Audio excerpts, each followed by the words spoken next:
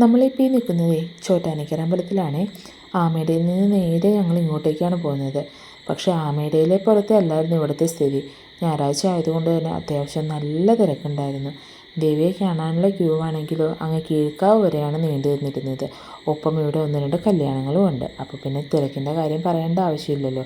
നമ്മുടെ നാട്ടിലുള്ളവരും ഒപ്പം പുറത്തുനിന്ന് വന്നവരൊക്കെ ആയിട്ട് ആകെ ഒരു ബഹളമായിരുന്നു ഇവിടെ. അപ്പോൾ നമ്മൾ ചുറ്റും ഇങ്ങനെ നടക്കുമ്പോൾ നമുക്ക് ആകെ ഒരു ഉത്സവ പ്രതീതിയാണ് കേട്ടോ തോന്നിക്കുന്നത്. നിറച്ച് തോരണങ്ങളും നിറയെ ആൾക്കാരും ഒക്കെ ആയിട്ട് ഇവിടെ എല്ലായിടത്തും തിരക്ക് തന്നെയാണ്.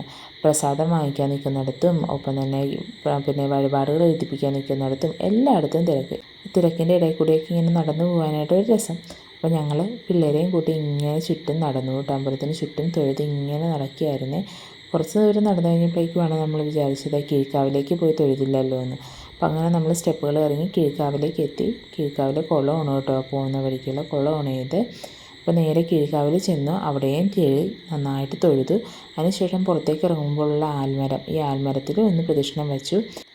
മനസ്സിന് സമാധാനം കിട്ടാനായിട്ട് മറ്റുള്ള സ്ഥലങ്ങളിലേക്ക് പോകുന്നതിലും എനിക്ക് പ്രധാനം ഇങ്ങനെ അമ്പലങ്ങളിൽ പോയി തൊഴുന്നതാണ് കേട്ടോ.